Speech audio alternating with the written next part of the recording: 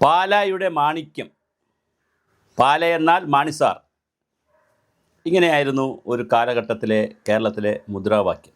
Baby John Chavara, കണ്ണൂരിൽ നയനാർ, ഗൗരിയമ്മ ആലപ്പുഴ, ഇങ്ങനെ ഓരോ മണ്ഡലത്തിലും ഓരോരുത്തരുടെ വലിയ സാന്നിധ്യം. തൊടുപുഴ എന്ന് പറഞ്ഞാൽ P J Joseph, Kaduthuruthy Mons Joseph, ഇങ്ങനെ കുത്തക മണ്ഡലങ്ങളുണ്ട്. വർഷങ്ങളായി അവർ തന്നെ നിൽക്കും, അവർ ജയിക്കും, അവർ മത്സരിക്കും, ജയിക്കും.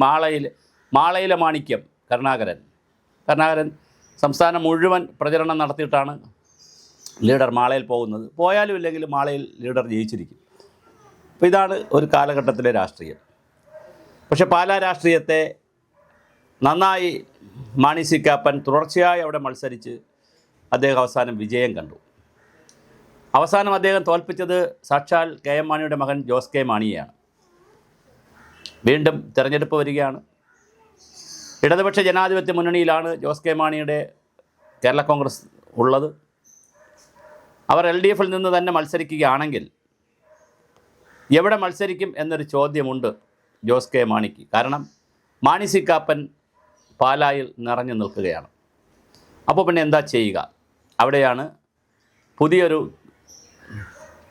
കാൻഡിഡേറ്റ്, ഒരു വനിതാ കാൻഡിഡേറ്റ് വരാനുള്ള സാധ്യത കാണുന്നു.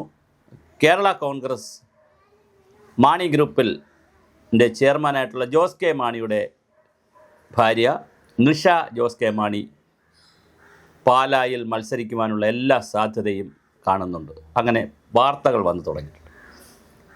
ഈ നിഷ ജോസ് കെ മാണി എന്ന് പറയുന്ന അവരെ ഞാൻ പേഴ്സണലായി അവരുമായി സംസാരിച്ചിട്ടുണ്ട്. ഒരു കോട്ടയത്ത് നടന്ന ഒരു പരിപാടിയിൽ പങ്കെടുക്കുകയും ഒരു ഫംഗ്ഷനിൽ പങ്കെടുക്കുകയും ആ ഫംഗ്ഷനിൽ ഞാനും അവരും പ്രാസംഗികരായിരുന്നു. അവിടെ വച്ച് പ്രസംഗിക്കുകയും കാര്യങ്ങൾ സംസാരിക്കുകയൊക്കെ ചെയ്തിട്ടുണ്ട്.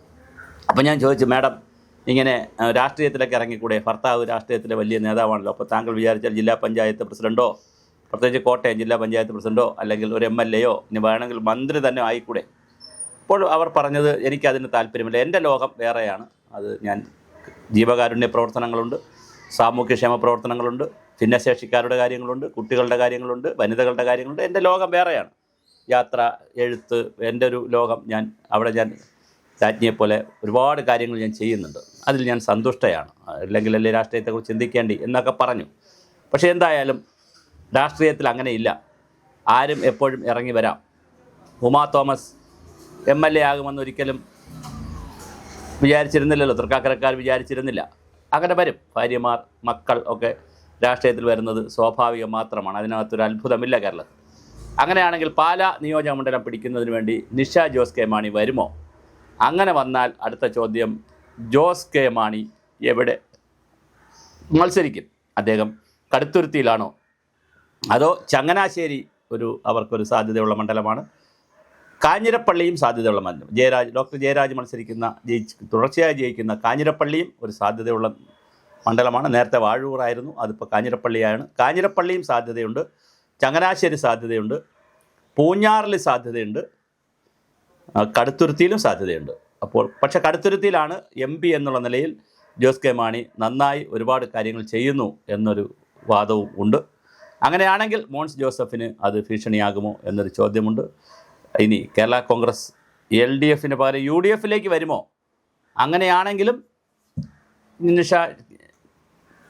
ജോസ് കെ മാണിക്ക് മത്സരിക്കാൻ വേറെ മണ്ഡലം കണ്ടെത്തേണ്ടി വരും. കാര്യം പാലായിൽ മാണി സി കാപ്പൻ ഉണ്ട്. അപ്പോൾ LDFിലാണെങ്കിൽ പാലായിൽ ഒരു വനിതാ സ്ഥാനാർത്ഥി വരുമോ?